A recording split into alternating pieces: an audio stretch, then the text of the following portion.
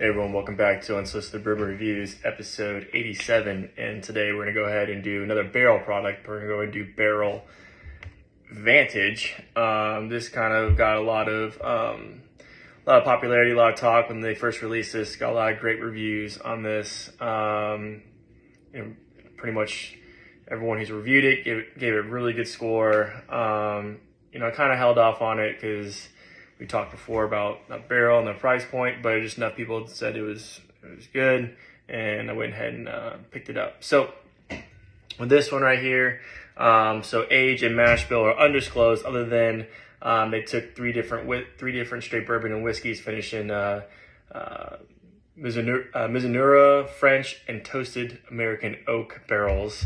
They're distilled in Indiana, Tennessee, and Kentucky. So to me, what that tells me is that Indiana is obviously going to be your MGP. Tennessee, I think it's going to be Dickel. So I know Barrell gets a lot of stuff from Dickel Distillery.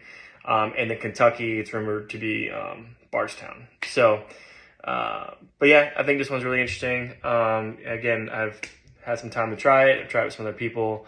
And we'll go ahead and open it up and we'll go and give it a grade. So this is another barrel proof, so it's 114.44, the cask strength. So this one, which is, I think all Barrell products are all cask strength, if I'm not mistaken.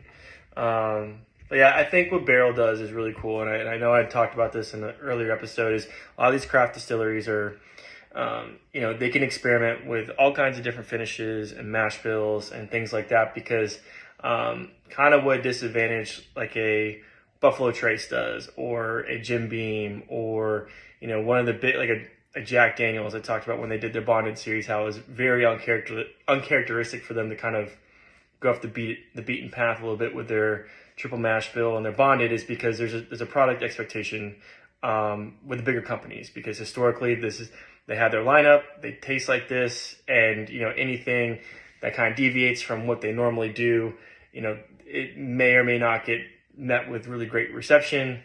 So they're kind of slow moving in terms of, we're going to try something new, and if it works, great. If it doesn't work, then not a big deal. So I think you see more of that from these craft distilleries. So Penelope, Barrell, I think a few other I've mentioned, Smoke Wagon. So again, this is one of the advantages of being a craft distillery.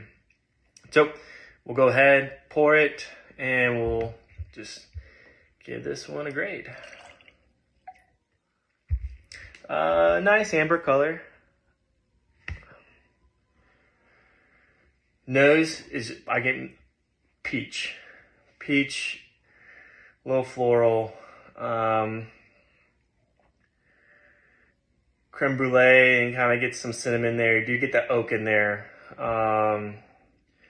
But peach is what jumps out the most, and a little bit of citrus. I would say like an orange is kind of nuanced in there, but definitely peach is what kind of screams out at out of the glass on the nose.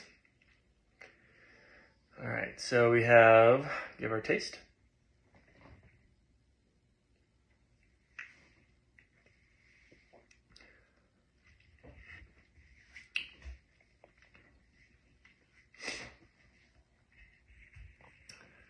One more for good measure.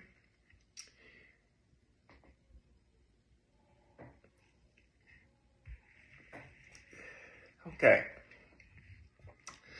So we'll go ahead and start with kind of the first part of this palate. A peach fruit forward. And when I say floral, it's not like I'm eating roses or dandelion. It's kind of like when you smell like a perfume, or like you smell flowers, you get that taste, but it doesn't have like that taste. So I think I don't want to confuse everyone, but get peach, floral, like a kind of like a burnt sugar, like a creme brulee, and then kind of towards the end it goes to you get that oak, a little dryness, and that cinnamon taste, kind of like a cinnamon cereal. This is really complex. There's a lot going on. So we talked fruit, floral, burnt sugar, and you do get the oak, and then we talk about kind of like a cinnamon toast crunch on this, and it's really smooth, and it's really nice long finish with that Kentucky hug at the end. Even I just gave it 2 sips about 15-20 seconds ago, and it's still hanging out a bit. So I think this is excellent. Even better, actually, it tastes, it had some time to open up and breathe. So I think it's better than when I initially opened this up and tried it. But yeah, let's go ahead and give this our grades. So price point, I just hate the price point Barrel. I'll be honest with you. Like, they're just, the average bottle is $90. So it's hard to try all their lineup because it's so damn expensive. I mean, it's good, but it's just like hard to justify, $90 every time you want to try it. So I'm going to slam them on price point. I think this is a 6. Taste, though, I would say this is an 8.5. So I would say this is a 7.5 all around. But it's just, what kills me is Barrel's price point. I get it, it's expensive. But, it just makes it hard to try everything that they offer without shelling out $100. So, but that's it for today. Appreciate you guys. Talk soon.